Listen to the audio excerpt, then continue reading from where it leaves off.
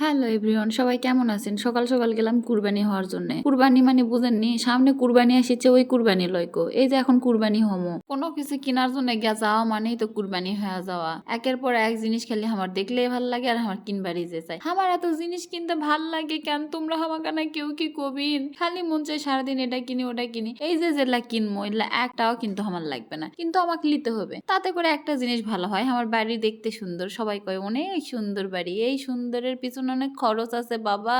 আর যারা যারা এত সুন্দর সুন্দর ডেকোরেশন এলা জিনিস সব একসাথে নিচে পেতে চান, নান্নে মুন্নে চলে আসবেন। আমি জানি আমার থেকে তোমরা মেলা স্মার্ট, সবাই জানেন, তারপরেও এনা জানা দিন। ছোটবেলার থেকেই তো এখান থেকে জিনিসপত্র কিনতে কিনতে বড় হয়ে গেল, বুড়ি হয়ে গেল, বড় তো লয়, বুড়ি হয়ে গেছি। যাই হোক, সেই থেকে তাদের জিনিসের কোয়ালিটি সবকিছু একদম একের করা। ওর কি আবার নতুন নতুন কিছু কাস্টমাইজ ফুলদানি আসিছে, তো আমার কাছে মনে হলো আমি নিজে যদি একটা সুন্দর করে ফুলদানি তৈরি করে পারি তাহলে আমার ভালো লাগবে। দিয়া জিমেক দিয়ে একটু খুনা নিলাম ফুলগুলা, লিয়া ম্যাচিং করে সুন্দর একটা টব আর কিছু ফুল নিলাম। বাড়ির যে এগুলা দিয়ে কি করি আমি তোমাকে সাথে শেয়ার করবো নি। আর নান্নে মুন্নাত মেনলি গেছিনো একটা কেকের সবকিছু লাওয়ার জন্য। এই ছাতাটা আমার যা ভাল লাগিছে।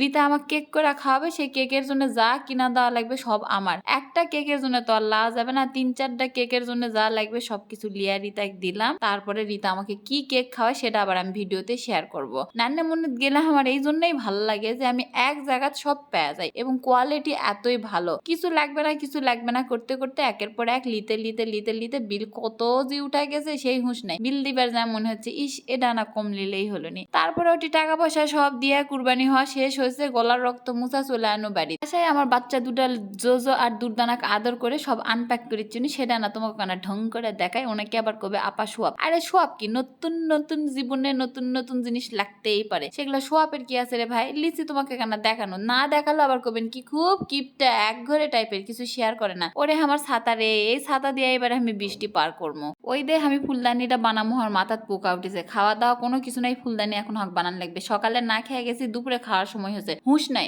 আগের লা ক্যাটা সুন্দর করে ফাইন একটা ফুলদানি বানানো, সবাই না কমেন্টে জানাবে ক্যাঙ্কা হচ্ছে আমার এই ফুলদানিটা। আর এই ফুলদানিটা লিয়া যায় থুনো অ্যাকুরিয়ামের সবগুলার সাথে ম্যাচিং করে আমি ফুল মেনলি কিনিছিনো। এবারে তোমরা বুঝিছিন। তারপরে তো খিদা লাগছে, পেটের মধ্যে আমার ইন্দুর দৌড়াচ্ছে না, ভাত খাওয়া লাগবে। রান্না করেছিল তেলাপিয়ার মাছের ঝোল, সেটা এখন মুড়ি দেখামো। এখন সবাই কবে বাবা মুড়ি খাচ্ছেন কে? আমার মুড়ি খেতে খুব ভাল লাগে, মুড়ির পাগল আমি, তার জন্য মুড়িলা বসে গেল খেতে। সারাটা দিন কিন্তু আমি কিছু খাইনি, সারাদিন আবার কি খামো সেটাও জানি না কো। যাই হোক, সকাল থেকে যা যা আমার অ্যাজ ইউজুয়াল কাজ থাকে সেই সব সারা কিন্তু আমি মার্কেটে গেছি। মনে করো না সকালবেলা ওটা ব্রাশ করতে করতে মার্কেটে চলে গেছি। আগে আমার যেগুলা কাজ আছে সেটা সব শেষ করে তারপরে যায় কেনাকাটা যা করা লাগবে সবকিছু করে টোরে লিয়া বাসায় আসিছি। মনে হচ্ছে না রিল্যাক্স, জামা কাপড় খুলিনি না, এই অবস্থা এখন আবার আমাকে রান্নাঘরে চালাবে। কেন রিতা কোনটা? রিতা খুঁজে পাচ্ছি না। ও রিতা রান্নাঘরে পেঁয়াজ কাটিচ্ছে, পেঁয়াজি বানামো, পেঁয়াজ কাটপার দিচ্ছি। দেখো কি মোটা মোটা করে পেঁয়াজ কাটিছে, পরে বোকা টোকা সেলা না চিকুন করে লাওয়া হয়েছে। আজকে একটা দাগাত যাবো একটা ব্রাইডের হাতে মেহেন্দি দেওয়ানোর জন্য, সে আমার বোন হচ্ছে, তো বোনের বাড়ি যেহেতু যাবো তার কিছু না নাস্তা পানি কিছু না লিয়া গেলে হয়। সবার আমার হাতের রান্না খুবই পছন্দ।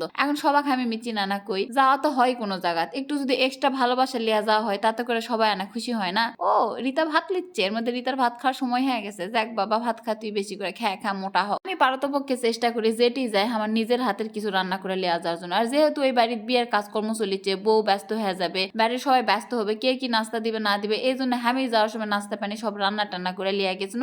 আর সবাই তো আমার এই পিঠা খেয়ে পাগল হয়ে গেছে, পাকোড়া খেয়ে পাগল হয়ে গেছে। পিঠা করছি কিসের জন্য? এত খরচ করে বানাচ্ছি, এটা পিঠা হতে পারে? এটা পাকোড়া বরফ মতো এত স্বাদ হচ্ছে, এত স্বাদ কেড়ে আমাকে কয় আমি এত এনার্জি কোনটা পাই? ওই যে সবাই যে আমাকে ভালোটা বাসে, ওরাই আমার এনার্জির ট্যাবলেট। সকাল থেকে ইনি কাজকর্ম সবকিছু করে আমার এত বড় বাড়ি মুজা টুজা পরিষ্কার করে, রান্না বাড়ি সম্পূর্ণ কিছু করে, বাইরের কাজ শেষ করে আসা আবার একটা রান্না বাড়ি করার জন্য। এই যে দেখা পাচ্ছি না আমার কিচেন রুমে কি পরিমাণের রোদ, এই রোদের মধ্যে দাঁড়া থাকে আমি এলা রান্না করেছি 1 ঘন্টা ধরে। এর মধ্যে মেহেদি আর্টিস্ট আমাকে ফোন দিয়ে বলতেছে আপু বের হননি? ও কলাম বোন তুই আমাকে 30টা মিনিট দে, আমি তাড়াতাড়ি করে বের হচ্ছি। তাড়াহুড়া করে পাকোড়া রান্না করলাম। এখন দেখেছেন 1 কড়াইতে, একটু পরে দেখবেন 2 কড়াইতে, কারণ সময়ের অভাব হয়ে গেছিল। এই জন্য 2টা কড়াই দিয়ে তাড়াতাড়ি করে পাকোড়া ব্যানা ট্যানা লিয়া কোন রকম রেডি টেডি হয়ে রিতার হাত ধরে দৌড়। আর এর মধ্যে যে আমি রেডিটা হয়েছি সেটা তোমাকে সাথে তো আমি শেয়ার করা পারবো না, কারণ আমার হাতে সময় ছিল না। এর মধ্যে আমার মাও আইছিল আমার জন্য খাবার টাবার লিয়াও, সেলাও ভিডিও লিয়া পারিনি কো। তাড়াহুড়া করে একবারে রিক্সা